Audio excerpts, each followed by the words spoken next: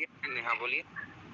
तो इसमें open cast या अंडरग्राउंड से कोई रिलेटेड तो नहीं है कि मतलब ये नहीं, कोई मतलब नहीं है, खदान से रिलेटेड है। अगर कोई खदान 2 जिलों में फैला हुआ है तो डिस्ट्रिक्ट मजिस्ट्रेट इन रेगुलेशंस के लिए किसको बोलेंगे?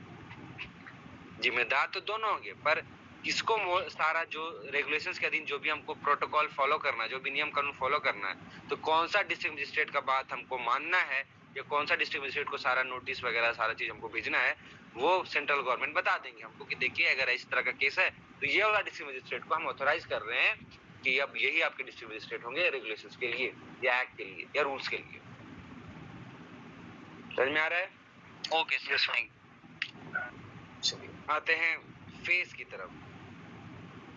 ठीक है, अपना फेस नहीं, माइनिंग का फेस। ठीक है, फेस, ये फेस डिस्कस करना अभी उचित नहीं है क्योंकि इसको डिस्कस करने से पहले 2-4 चीज हमको पढ़ाना पड़ेगा, बताना पड़ेगा। पहला, वर्किंग प्लेस क्या होता है, दूसरा एंड बाय एंड क्या होता है, तीसरा गैलरी क्या होता है, चौथा ड्रिफ्ट क्या होता है।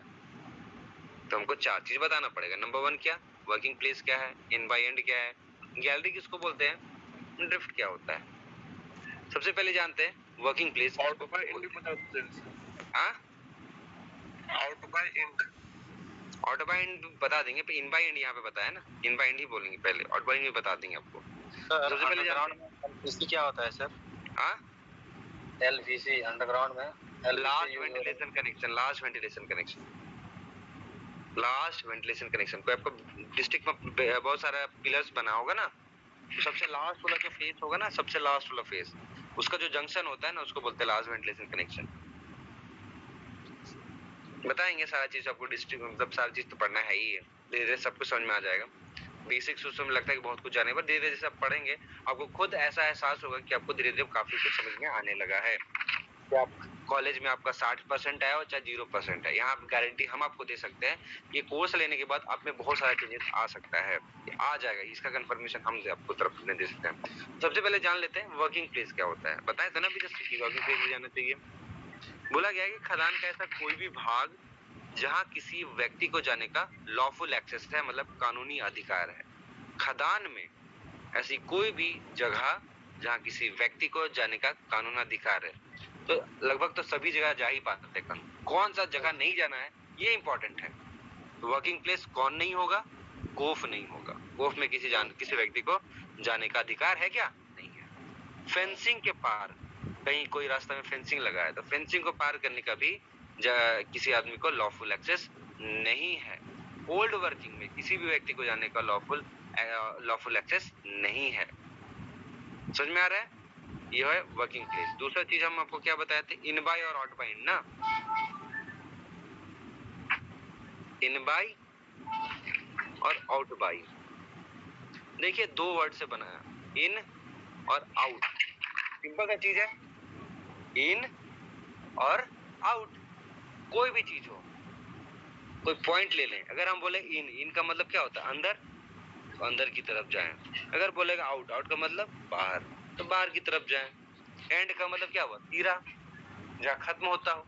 अगर हम बोलते इसमें लगा दी एंड, तो एंड क्या होगा, यहीं पे मेरा खत्म हो रहा है, यही हमारा इन बाय एंड हो गया। बोले आउट बाय एंड, तो यहाँ तक खत्म हो गया, तो ये आउट बाय एंड हो गया। तो इन बाय का मतलब अंदर जा रहे हैं, आउट बाय का मतलब बाहर जा रहे हैं। तो खदान में अगर मान के चलिए साफ्ट है, हम बोले एन बाय चलो, ये साफ्ट है, इन बाय चलो तो हो गया इन बाय। बोलेंगे आउट बाय चलो तो क्या हो जाएगा, आउट बाय इस तरह से हो जाएगा। समझ में आ रहा है? एंड का मतलब सिरा, अंतिम सिरा क्या हो सकता है, वो ड्रिफ्ट आपको पता ही है, 2 सिम को जोड़ने वाला रास्ता।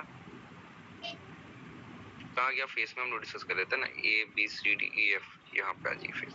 तो फेस का मतलब क्या है, moving front of working place और the inbye end of any gallery, roadway और drift. Moving front of any working place यानी किसी वर्किंग प्लेस का आगे बढ़ता हुआ भाग, कोई वर्किंग प्लेस का आगे बढ़ता हुआ भाग कोई हम लोग बोलते हैं फेस। यही होता है ना फेस, ब्लास्टिंग के बाद आगे बढ़ते रहता है, बढ़ते रहता है, बढ़ते रहता है। ये तो वर्किंग प्लेस आदमी लोग जा रहा है कि नहीं है?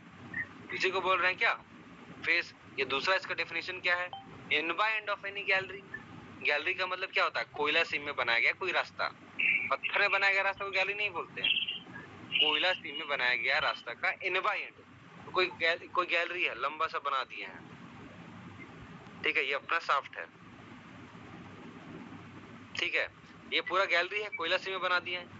इन बाय क्या होगा, अंदर जाएंगे। एंड का मतलब क्या हुआ, एंड का मतलब सिरा हुआ, कहाँ खत्म हो रहा है, यहाँ पे। तो यही इन बाय एंड क्या है, फेस है।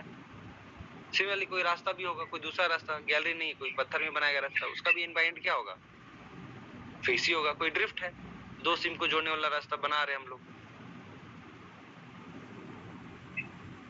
ठीक है, ये अभी बनने के क्रम में है। इसको जोड़ेंगे तो ये दो सिम है, सिम नंबर 1, सिम नंबर 2, ये ड्रिफ्ट हम लोग चला रहे हैं, इसका भी एंड बाय एंड ये हो गया, है कि नहीं है। ये भी क्या हो जाएगा, फेस हो जाएगा। समझ में आया, नहीं समझ में आया? किसी को समझ नहीं आया तो बोलिए, कोई दिक्कत नहीं है। समझ गया ना, चलिए अब आते हैं फायरी सिम। फायरी सिम किसको बोलते हैं, फायरी सिम का मतलब होता है किसी ऐसा सिम जिसमें आग लगा हो या स्वतः दहन मौजूद है। कहाँ, भूमिगत भाग है हो सकता है वो सिम, या ओपन कास्ट वर्किंग हो सकता है, लेकिन होना चाहिए खान सीमा के अंदर। वह सिम जिसमें आग लगी हो या स्वतः दहन हो, ठीक है, स्वतः दहन मौजूद हो, चाहे वो अंडरग्राउंड वाला सिम हो यानी बिलो ग्राउंड वाला सिम हो, चाहे ओपन कास्ट वाला सिम हो, लेकिन माइन बाउंड्री के अंदर होनी चाहिए। कोई सिम है, सिम का तो आप जानते हैं, कोई सिम तो बहुत बड़ा होता है, कोई सिम का कोई एक हिस्सा कोई एक कंपनी ले लिया, सिम का दूसरा हिस्सा कोई दूसरा कंपनी ले लिया, ऐसा भी होता है ना कि सिम मान के चलिए बीसीसीएल ये ले लिया, एक सिम का ये वाला पार्ट बहुत ज्यादा 1 किलोमीटर, बाकी जो है वो टाटा ले लिया, है कि नहीं है।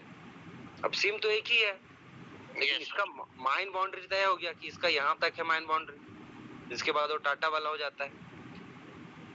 तो अगर इस सिम में ही यहाँ पे अगर आग लगना स्टार्ट कर दिया ना, तो अब ऐसा नहीं बोलेंगे कि टाटा माइंस में हो गया, या टाटा का जो सिम है ना उसमें हो गया क्या स्वतः दहन, ऐसा नहीं बोलेंगे। क्या बोलेंगे, बीसीसीएल का खदान में हो गया है फायरी सिम। बीसीसीएल का खदान क्या है, बीसीसीएल का सिम जो है फायरी सिम है, एक ही सिम है, लेकिन टाटा का जो माइन बाउंड्री है उसके अंदर नहीं आग लगा है। टाटा के अंदर, टाटा का माइन बाउंड्री के अंदर जो सिम है उसके अंदर ना आग लगा है ना स्वतः दहन हुआ है, तो नहीं बोलेंगे कि टाटा का सिम में फायरी सिम हो गया है। हम लोग क्या बोलेंगे, बीसीसीएल वाला सिम में हमको फायरी सिम हो गया है, क्योंकि माइन बाउंड्री दर्शाना जरूरी है, with in the mine boundary है, ठीक है, with in the presence of mine का मतलब होता है विद इन माइन बाउंड्री। समझ में आ रहा है, ओपन कास्ट हो चाहे बिलो ग्राउंड हो। क्वेश्चन आएगा कि fiery seam exist in option number A underground mines, option number B open cast mines, option number C both of this, option number D none of this. क्या कीजिएगा, answer both होगा।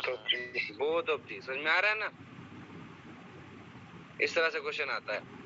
बाकी financial year तो आपको बता चुके हैं, financial year का मतलब होता है 12 महीनों का समय अंतराल, जो स्टार्ट होता है पहला दिन अप्रैल का और खत्म होता है मार्च का आखिरी दिन, ठीक है, ठीक है।